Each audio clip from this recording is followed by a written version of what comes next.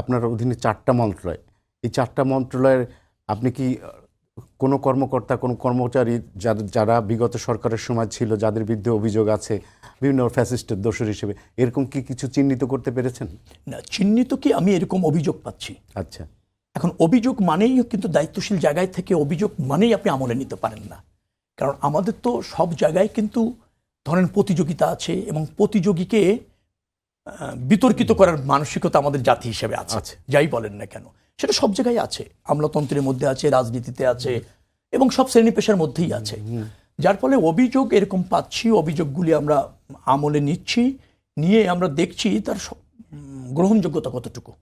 যদি এরকম গ্রহণযোগ্যতা হয়, আমি সব কিছু রাজনৈতিক বিবেচনায় দেখতে চাই না। আমাকে যদি আপনি বলেন যে একজন কর্মকর্তা তিনি রাষ্ট্রকে ধারণ করে কতটুকু ফাংশন করছেন, কতটুকু জবাবদিহি থাকতে জানেন, কতটুকু সৎ এবং স্বচ্ছতার সাথে কাজ করতে পারেন, সেটা আমি একটু বিবেচনা রাখতে চাই।